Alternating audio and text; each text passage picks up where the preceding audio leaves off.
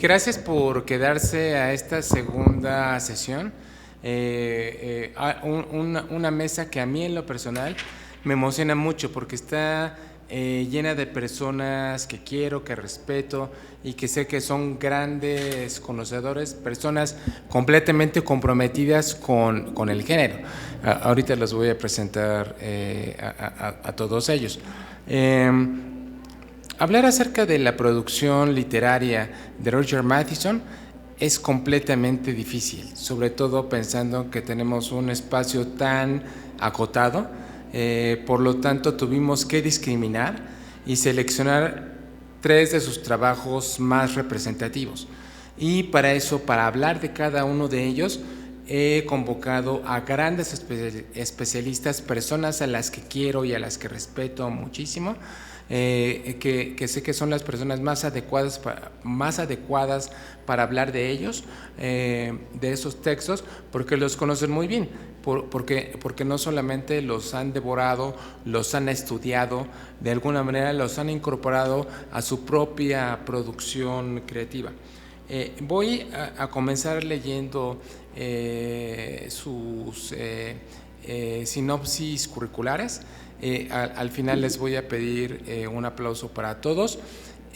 Voy a respetar el diplomático orden alfabético, así que en ese sentido primeramente tengo que presentar a Abraham Castillo Flores.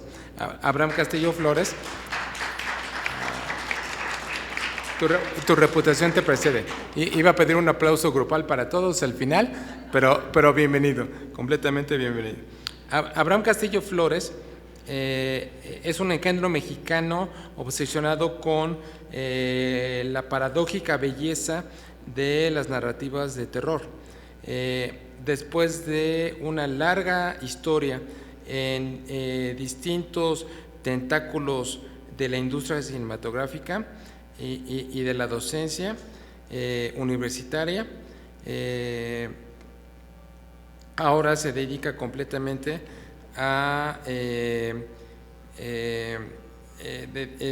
se dedica a la promoción, el estudio y a la exhibición de el cine de género fantástico y de terror en nuestro país.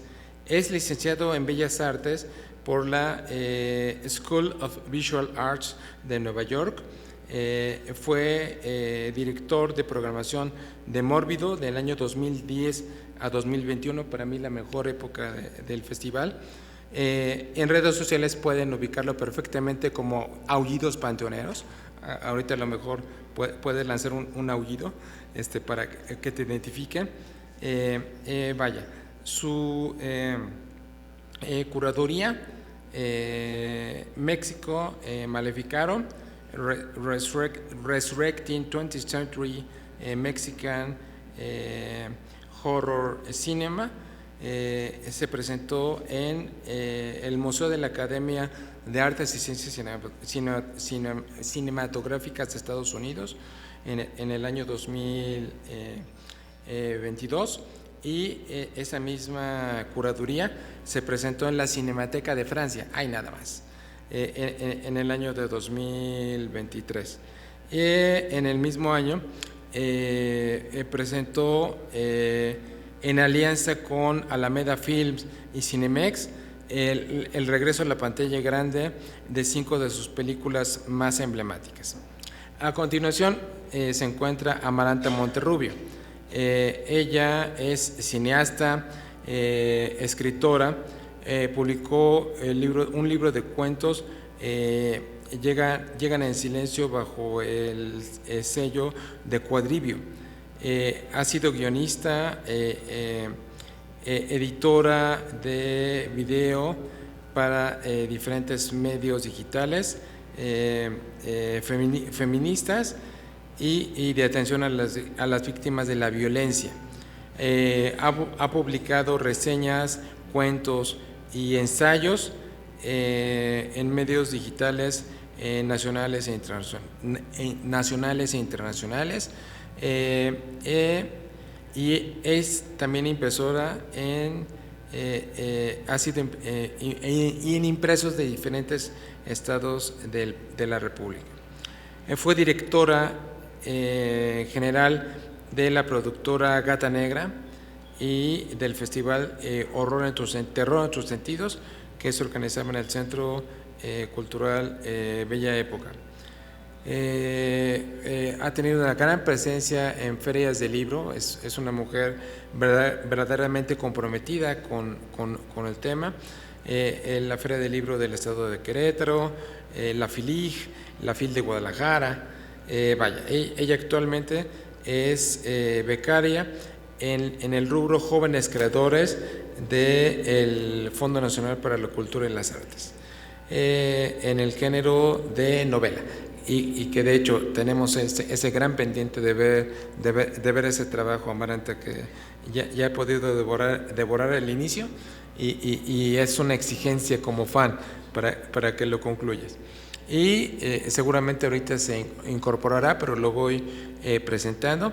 José Antonio Valdés Peña es crítico de cine y docente cinematográfico, participa como analista fílmico en diferentes espacios televisivos, en radio y en medios de comunicación. Por ejemplo, él es una presencia constante en Tiempo de Filmoteca de TV UNAM. Seguramente lo han llegado a ver en algún momento. Siempre es un placer comentar la cinta con la erudición de José Antonio. Y bueno, también fue director de la Escuela de Cine y Televisión en el Centro de Estudios en Ciencias de la Comunicación en el Pedregal. Ahora sí, les pido para ellos un gran aplauso.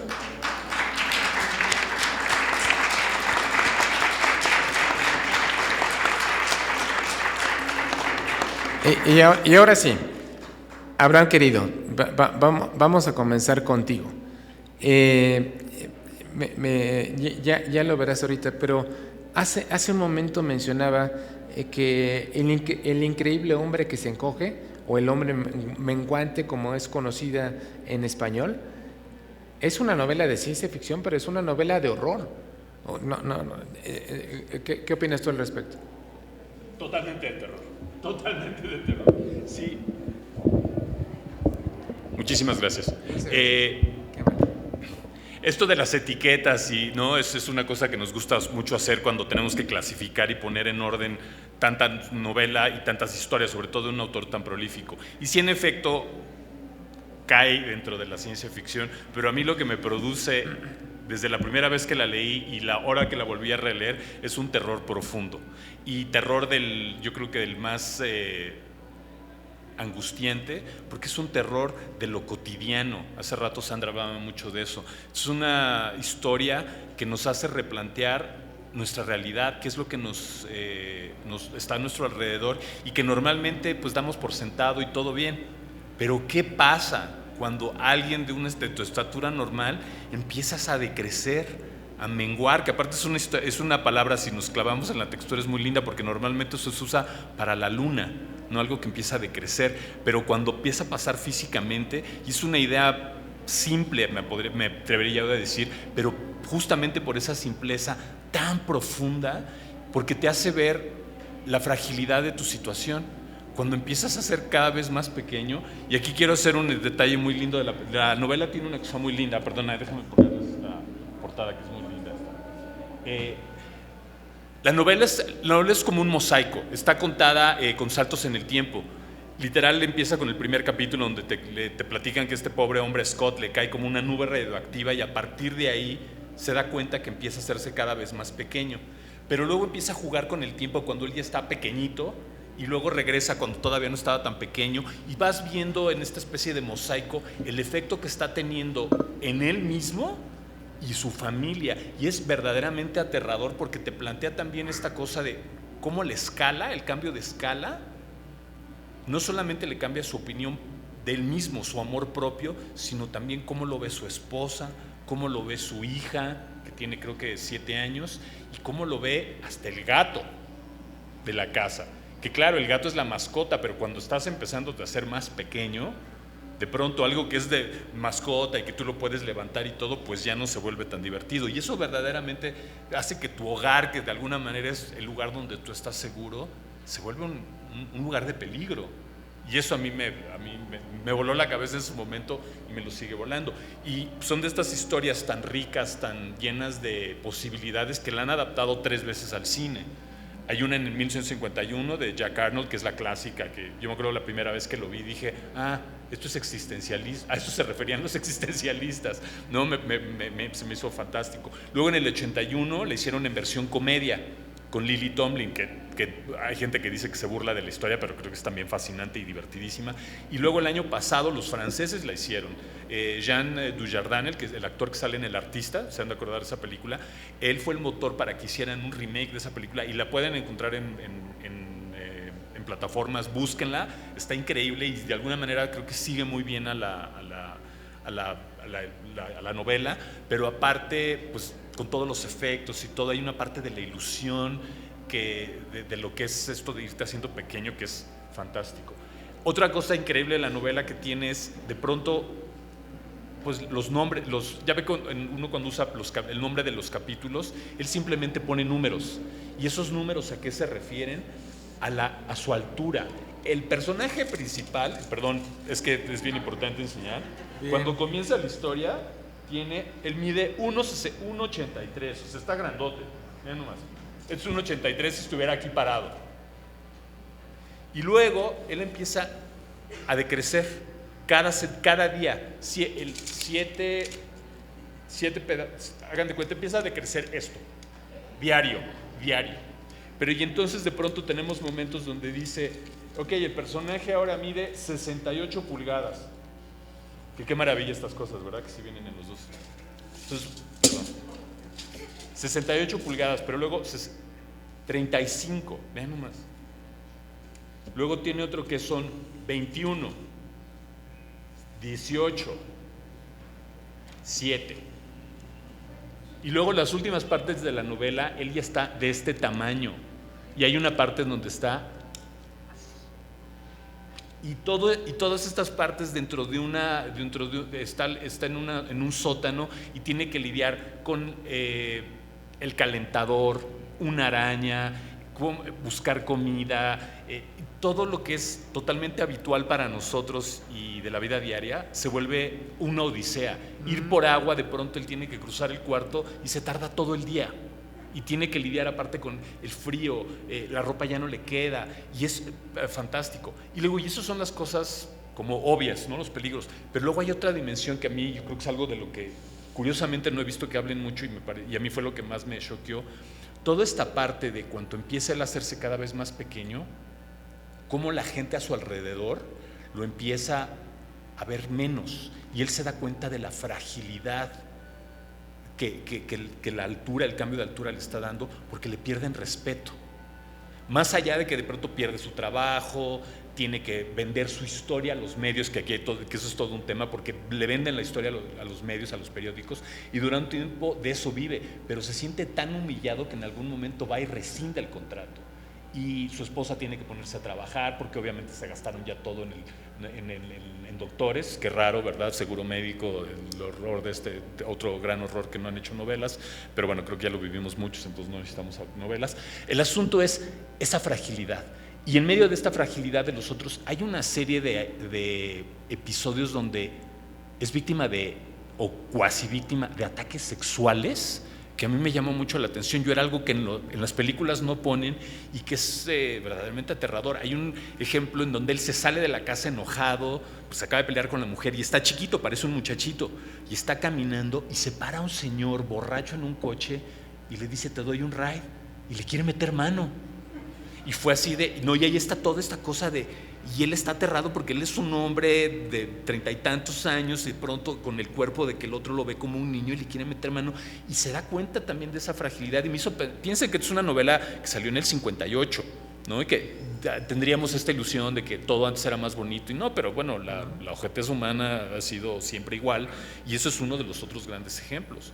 De la igual manera hay también un momento en donde él, estando más pequeño, donde su esposa, ya no, obvio, la relación con la esposa se vuelve un desastre, ya todo el tiempo se siente el humillado, se siente como un niño, y él está enojado todo el tiempo. Y hay una cosa que me pareció muy interesante, cómo este libro sí se clava mucho en dar cuenta de cómo nosotros los hombres, cuando nos sentimos frágiles, cuando nos sentimos vulnerables, nuestro primer escudo es el enojo. Y generalmente el enojo con la gente que más nos quiere o que nos está tratando de proteger. Hace rato Sandra justamente platicaba de lo que nos dijo Richard Christian, de que su papá había comenzado a escribir esta historia cuando estaban comenzando en su carrera y todavía no estaba en un lugar seguro, y creo que se nota mucho esa como fragilidad de la situación familiar y de pronto uno no sentirse a la altura, y eso está muy bien reflejado. Entonces también una deconstrucción pues de la masculinidad de los 50, que uno no se imaginaba que en esa época se trataban esos temas, pero esta obra lo tiene profundo. Entonces yo los invito también a que si la revisitan, y por favor revisítenla, porque es una novela, como dijeron, atemporal, o sea, no importa que la escribieron en los finales de los 50, hoy día sigue perfectamente vigente. Le digo, por eso la versión francesa del año pasado brilla, ¿no? Porque es lo mismo, y esta cuestión de sentirse menos y de no poder hacer nada, porque aparte hay otro gran tema aquí, la esperanza. Hay toda una serie de monólogos donde él les dice, ¿por qué sigo? Ya mejor me aviento, ya que me coma el gato, que me coma la araña, ya no puedo, me voy a aventar. Y no, y sigue, porque siempre hay esta cosa de que hay algo más que lo impulsa, y eso a mí me pareció fascinante. Y como decías tú al principio, es ciencia ficción o es de terror, y yo regreso, es de terror, ¿no? De pronto esos momentos oscuros que todos tenemos, de esos momentos en donde ya no podemos más y que de alguna manera sale algo para que sigas adelante, es una constante en ese libro, y creo que por eso sigue siendo tan válido, y rompe yo diría cualquier camisa de fuerza de género que le pongamos, porque es profundamente humana, y también nos hace ver la profunda fragilidad que tenemos, ¿no? Y que podemos tener, y que a veces nuestra situación por nuestro tamaño, por cómo nuestro punto de vista, no nos damos cuenta que si ese punto de vista cambia, nuestra realidad cambia, y eso siento que es fascinante, ¿no? Yo los invito, si no la han leído o si no la han vuelto a releer, por favor háganla, búsquenla. Tristemente, encontrar una copia en español, yo lo empecé a buscar el año pasado cuando me invitaste y no había. O sea, estuve yendo a varias librerías de viejos, sí, luego le avisamos y todo. Obvio me avisaron cuando ya la había conseguido, porque pues, soy ansioso, ¿no? Pero si tienen chance, revisítenla, es una verdadera magia. Me encontré el dato de que Stephen King decía de que él es de las novelas que él recomienda con más gusto a la gente, sobre todo a gente que no ha tenido la maravilla de leerlos, porque dicen van a tener una probada de algo verdaderamente aterrador, y suena, todo mundo le gusta, ¿no? Cuando aterrador, tremendo, pero sí, da una angustia, y sobre todo hoy día que nuestra realidad es tan angustiante y se siente tan frágil, y dices, híjole, este señor lo tenía clarísimo. Y en el 58, y también hay estos ecos de cuán frágil es la realidad entonces y ahorita. No, estupendo. Muchísimas gracias. No, ¡Viva Richard Matheson!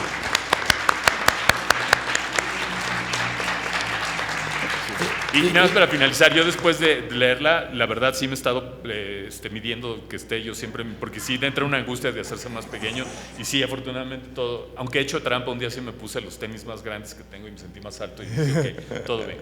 No, y tienes toda la razón, Abraham, querido. Yo pienso que es una novela que particularmente tiene una vigencia en la época de las enfermedades degenerativas, sobre todo porque la ciencia es incapaz de darle una solución, y eso pues lo hace completamente más aterrador. Sabemos el origen, sabemos cómo empezó, pero la ciencia es incapaz de detener el proceso. Hay toda una parte de cuando él empieza a ir a los doctores y que todo el mundo le da largas y le dicen, y hay todo un tema eso de la seguridad médica, donde dice que ya se gastó todos sus ahorros, y hasta que ya se los gastó, de pronto los doctores le dicen, bueno, ¿qué cree? Su caso es tan interesante que ya decidimos que ahora sí le vamos a seguir el tratamiento, pero es tan humillante para él, y se da cuenta que realmente no saben nada, que dice, no, dejémoslo ya, ¿no? Sí, es que sí, los horrores de esto son tremendos. Sí, gracias, querido Abraham.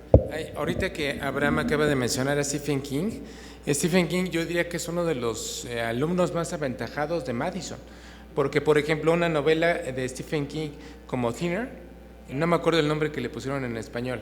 Maldición gitana. Maldición gitana, sí le pusieron. Gracias, José Antonio. Yo sabía que tú sí tenías el dato exacto. Entiende perfectamente bien todo el contenido del hombre menguante y eso es verdaderamente invaluable. Muchísimas gracias, querido Abraham Castillo. Voy siguiendo, como les digo, ese orden alfabético. Voy al otro extremo con Amaranta Monterrubio, que nos va a platicar de una novela que a mí en lo personal me gusta mucho, La leyenda de la casa infernal. Adelante, querida Amaranta. Gracias. Primero, muchas gracias, Roberto, por la invitación una vez más. Me encanta compartir como siempre la mesa con gente maravillosa y gracias a todas y todos ustedes por haberse asomado esta tarde llena de tráfico y de probablemente lluvia. Entonces, muchas gracias por estar acá.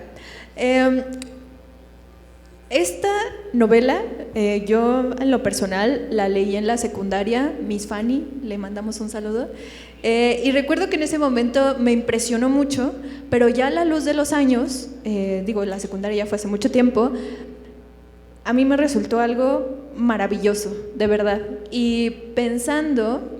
Me voy a adelantar un poquito porque esta novela fue la última que se publicó. Esta se publicó a principios de los 70, las otras dos se publicaron a mediados de los 50. Pero creo que aquí Richard ya empieza a explorar no solo el género masculino, sino también el género femenino. En esta novela hay 4 protagonistas, 2 mujeres, 2 hombres. Contando como muy a grandes rasgos para ponernos a tono. Un millonario, como siempre, porque los millonarios son los que encargan este tipo de estudios fantasmagóricos, le pide a un grupo de 4 personas que ingrese a una casa que está históricamente embrujada.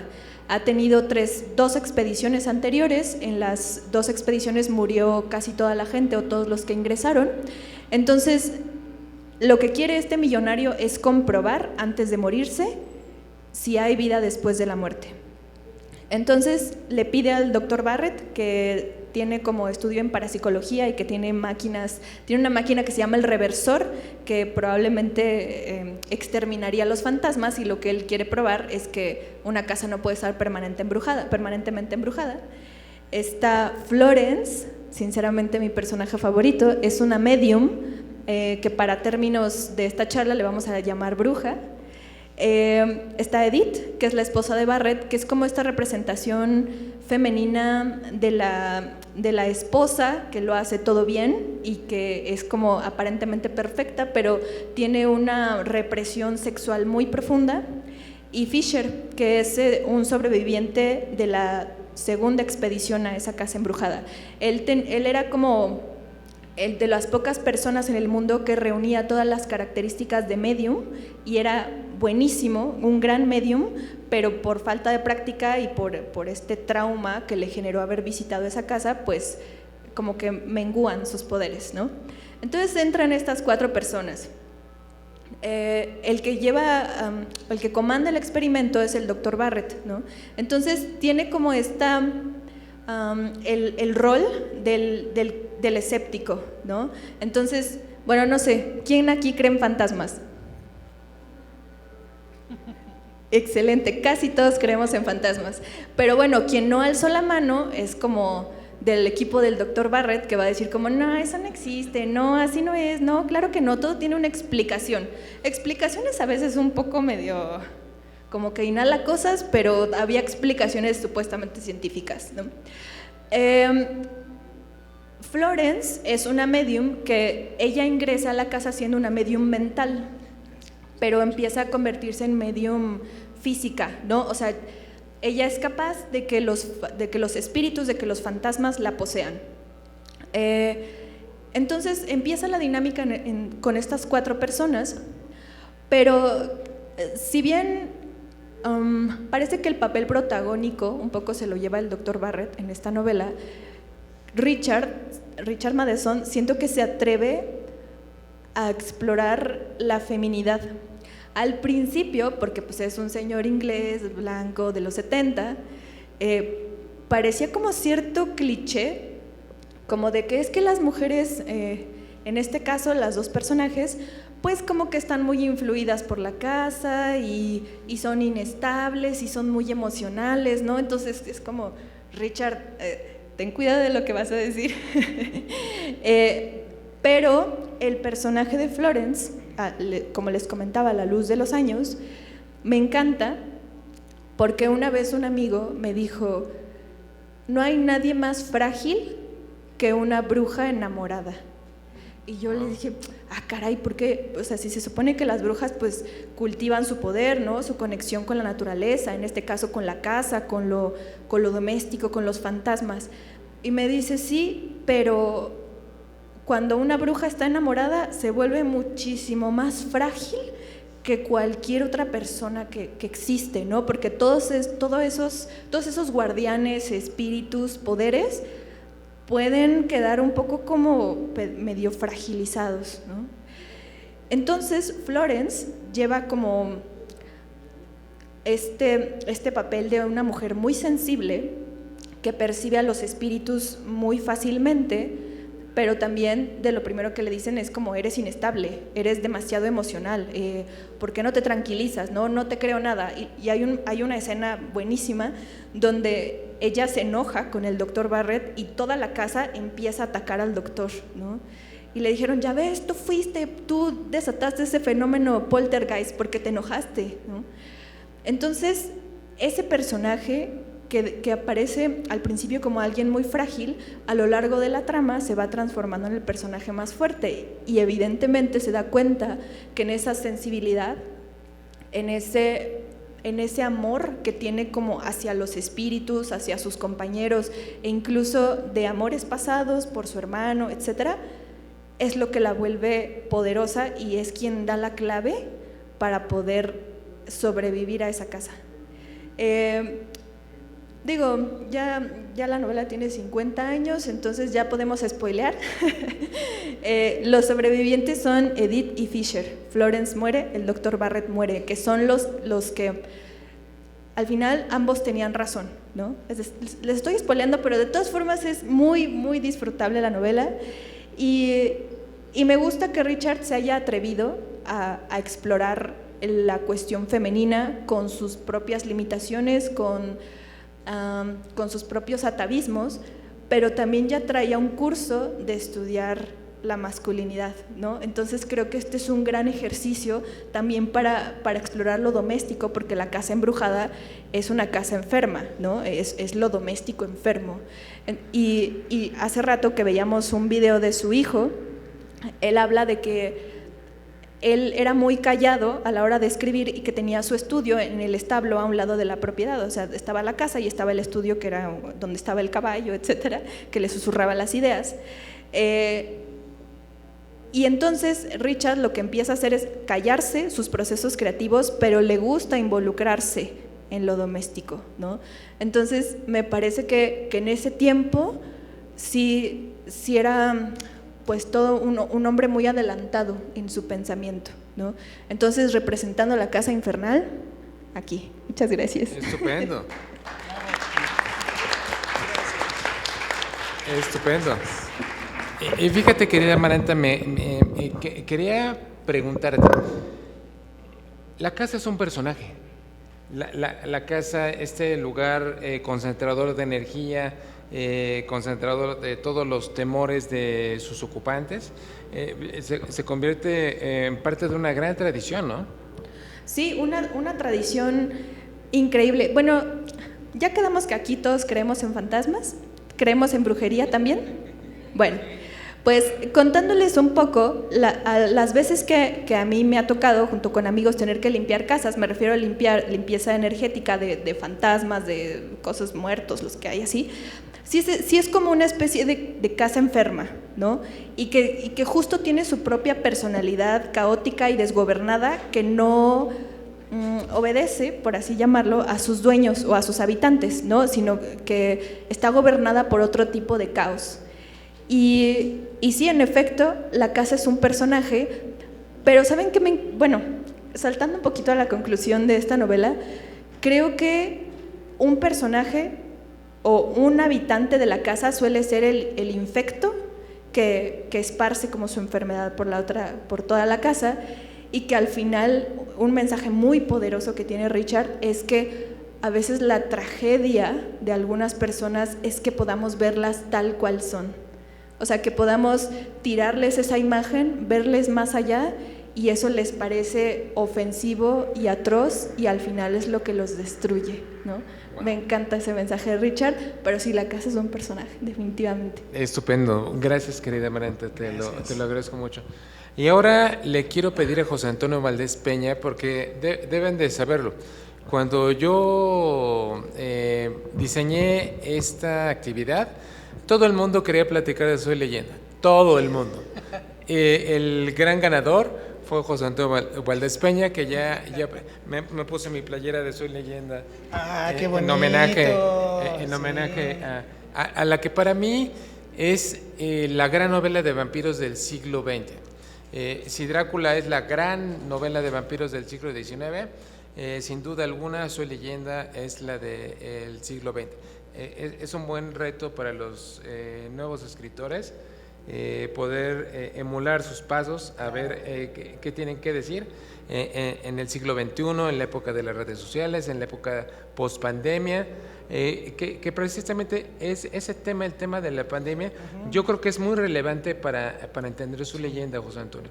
Por favor. Que sí, gracias, maestro. Sí, digo, pasando lo que nos pasó en la pandemia y que estamos aquí todos reunidos, pues fuimos Neville en muchos momentos, ¿no? Bueno, primero, muy buenas tardes. Hoy fue una tarde muy de Richard Matheson. Estaban pasando dos planos paralelos. Aquí en la estación Zócalo se aventó una persona a las vías. Yo estaba en el segundo plano, en el metro Tasqueña, con el metro parado totalmente, la gente llegando y llegando y llegando y llegando y llegando, los trenes detenidos, las luces apagadas, nadie informa nada. Y de repente uno se empieza a sentir en Soy Leyenda, ¿no? Sí. Donde tú empiezas a ver cómo la gente se empieza a vampirizar, porque no sabe, no hay una autoridad que diga, oigan, pasó esto, en unos minutos se restablece el servicio, no pasaría nada. Simplemente no hay información y la gente empieza a reunirse y a reunirse y a reunirse. Y bueno, pues lo que hice yo fue convertirme en Neville, correr, salir y agarrar un trolebús que fue igual de infernal, pero bueno, finalmente aquí estamos. Entonces es una tarde muy Richard Matheson esta que estamos viviendo hoy. Por otra parte, bueno, Richard Matheson, pues muchos lo conocimos a través del cine, o sea, y de la televisión. Desde luego cuando vimos ese episodio maravilloso de Dimensión Desconocida, donde William Shatner se la pasa viendo un monstruo peluchón que está comiéndose las alas del avión, que se llama Pesadilla a 20,000 pies de altura. Bueno, ahí está. La ópera prima de Steven Spielberg es un relato de Richard Matheson, que es Reto a Muerte, Duel. Entonces, así como nos contabas tú la parte de la feminidad y la masculinidad, aquí también hay una parte de la paranoia. O sea, Richard Matheson es un gran creador de paranoias. El que tú vayas en una carretera y de repente te dé un cerrón, un tráiler, le mientes la madre y eso implica una persecución brutal de un tráiler que nunca vemos quién es el ocupante, pero tiene la intención de asesinarte a más no poder. O este pasajero del avión que empieza a ver al monstruo comiéndose las alas y nadie le hace caso. Entonces Richard Matheson en esos personajes y en Neville, el personaje de Soy Leyenda, nos pone en perspectiva esto. ¿Quiénes somos nosotros en un momento donde todos los demás son los monstruos y nosotros somos los normales? Pero si le preguntamos a los monstruos quién es el anormal, seguramente los vampiros de Soy Leyenda dirían, pues es ese tipo que ya tapió toda su casa y que todos los días se la pasa cuando sale el sol encontrándonos donde nos escondemos y nos clava una estaca en el pecho y ya estamos hartos de que ese cuate haga eso. ¿Por qué no se deja vampirizar? qué chingados de trabajo le cuesta y tenemos que venir a acosarlo todos los días. Entonces, estos cambios de perspectiva que propone Matheson son los que proponen Soy Leyenda. O sea, Soy Leyenda se puede ver, si ustedes vieron la versión de Will Smith, como la ven en la versión de Will Smith. Yo soy el último hombre en la tierra, además soy Will Smith, obviamente. Entonces, todo lo que yo hago es sobrevivir y es ser bueno y es en algún momento procurar la salvación de la humanidad, ¿no? Los vampiros no tienen voz, los vampiros no tienen voto, simplemente le hacen cuando se lo encuentran y ya. Pero la novela es de una inteligencia feroz. En la novela estamos planteando una ciudad de Los Ángeles devastada por una epidemia donde aparentemente, porque la novela empieza a revelar poco a poco sus fuentes, de pronto todo el mundo se convirtió en vampiro sediento de sangre.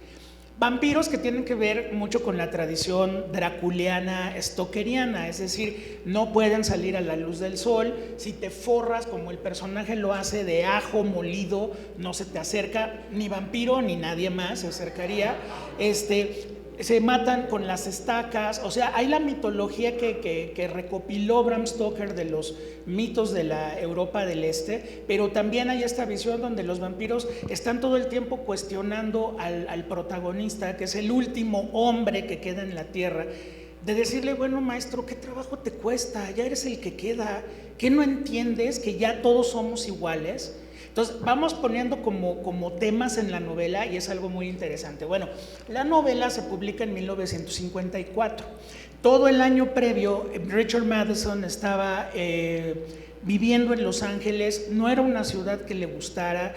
En esos años había habido muchos incendios forestales, como los de hace un par de años. También había una sensación de inseguridad, había una migración que se estaba descontrolando. Entonces Matheson escribe eso en ese contexto. ¿El contexto histórico cuál es? Plena Guerra Fría. Plena Guerra Fría, plena posguerra, estamos en la edad de plata de la ciencia ficción y de repente el maestro se le ocurre fusionar ciencia ficción con terror. Terror están los vampiros, ciencia ficción, el futuro distópico. La novela está ambientada entre 1978 y 1979 y pues bueno, finalmente Neville es el último hombre sobre la tierra. Va a tener recuerdos muy dolorosos sobre su mujer, sobre su niña, que las tuvo que enterrar, que tuvo que incluso clavarles una estaca para evitar que se convirtieran también en vampiros. Hay un vampiro que era un vecino, que ahora ya está vampirizado y que todos los días llega a pedirle que ya por favor deje su necedad y se vampirice. Las vampiras, porque hay vampiros y vampiras, las vampiras se le ofrecen al protagonista y Richard Matheson es un caballero en la manera en que describe cómo el personaje empieza a sentir cierta comezón en cierta zona del cuerpo cuando ve que las vampiras le ofrecen sus cuerpos. E incluso entre los propios vampiros se muerden y se matan y se comen. Entonces, bueno, Neville va a tener un encuentro cercano del tercer tipo con una vampira que él no sabe que es vampira y de pronto esa otra sociedad, esa nueva sociedad se va a meter a su casa. No vamos a espolear el final porque sin duda es una de las grandes novelas, como bien dice el maestro Roberto, del siglo XX, pero lo que sí es importante es ver estos temas que toca, ¿no? Primero, la novela fue muy novedosa en fusionar la ciencia ficción y el terror, que no era una combinación fácil. Digo, hay que ser una Mary Shelley o hay que ser un Richard Matheson para poder fusionarlos con esa maestría. Está el tema de la otredad. ¿Quién es el otro? O sea, yo soy el último hombre y estos son los vampiros, yo soy el que está bien. No, los vampiros dicen, tú estás mal, tendrías que unirte a nosotros, pero no quieres, entonces eres el otro. Entonces, cuando estamos en una situación como yo estaba hace rato, encerrado entre 700 personas que no sabíamos qué pasaba, pues empiezas a pensarte como los otros y yo. Y al mismo tiempo ellos te considerarían el otro, ¿no? Entonces, ese tema de la otredad, que por ejemplo en la pandemia, como bien menciona el maestro Roberto, en la pandemia algunos salíamos a conseguir los víveres para la semana con nuestro cubrebocas, con los guantes, con todo, y de pronto el que estaba en la misma fila escogiendo jitomates se convertía en el vampiro. Sí. Y sobre todo si a alguien se le ocurría estornudar, inmediatamente las miradas eran de piedra porque ese es el otro, ese es el vampirizado, ¿no? Entonces, bueno, obviamente la gente se calmaba y finalmente seguía con su vida, pero el tema de la otredad es muy importante, también el tema de la ciencia. Neville en un momento dado se da cuenta que esta cuestión de los vampiros no fue ni una maldición de Dios, ni una brujería, fue una vacuna que se salió de control y empezó a vampirizar a la población. Entonces él empieza a hacer experimento tras experimento tras experimento y se da cuenta que fue un error humano el que provocó que todo el mundo sean vampiros, ¿sí? Entonces está el tema de la ciencia que se sale de control, la otredad, la fusión de géneros. Está también este asunto de un personaje martirizado por la rutina que tiene que seguir todos los días. Tiene que arreglar los vidrios, tiene que volver a poner ajos, volver a poner espejos, salir y matar vampiros con estacas todos los días y procurar que el reloj no se le acabe la pila, porque si regresa cuando ya está cayendo el sol, ya están rodeando la casa y obviamente va a tener muchos problemas para poder ingresar. Entonces, ¿qué hace y por qué Soy Leyenda es una película? Bueno, es una novela que se ha convertido en 4 películas, en montones de miniseries, en novelas gráficas. Hay un montón de versiones de Soy Leyenda. ¿Por qué? Porque de alguna manera el elemento humano, la novela, eso sí se los puedo decir, es un spoiler que no importa porque tendrían que leerlo todo. El último párrafo de la novela dice Soy Leyenda. Es el título. ¿No? El título, o sea, y Soy Leyenda, ¿por qué? Porque bueno, de pronto también Neville es un personaje que no entiende que hay una nueva sociedad. Esa nueva sociedad es la sociedad de los vampiros. Él no quiso pertenecer a ella y lo va a pagar muy caro. Entonces hablamos de sociedad, hablamos de una Norteamérica de los 50 que se consideraba como un pueblo chiquito. Obviamente el anticomunismo está en su momento más álgido y todo aquel que piensa o se ve diferente es la amenaza. Entonces, Soy Leyenda es una novela que habla de su tiempo, que habla de muchos tiempos más. Richard Matheson ya no alcanzó a ver la pandemia, si no le hubiera dado un gusto enorme. Sí, es decir, claro. Ya ven, yo les dije que todos se iban a convertir en Neville. Claro. Y sí, eso fue lo que nos pasó. Entonces, pues bueno, las novelas de Matheson son enormes, pero Soy Leyenda es una novela en particular que, hablando de este tema de un humanismo feroz, de lo que nos hace humanos y nos hace tercos y nos hace no vampirizables, a menos que ya no quede de otra, pues bueno, ese es el elemento que ha hecho de la novela pues una de las grandes novelas del siglo XX, ¿no? Entonces, vampiros, apocalipsis, esta sensación de lo humano y de lo que nos hace humano, de esa tosudez que nos hace humanos y que nos aleja de los vampiros, sea la metáfora que sea, ¿no? Entonces, pues bueno, muchas gracias, maestro. No, pues al contrario, ¿no? Gracias. Por favor, un aplauso para José Antonio. Gracias. Y como el tiempo es un vampiro cruel, sí. Queda mucho en el tintero. El episodio en Soy Leyenda del perrito, sí. Cómo trata él en su soledad de ganarse la amistad de un perro callejero y cómo después de que lo logra durante semanas, el perrito finalmente muere.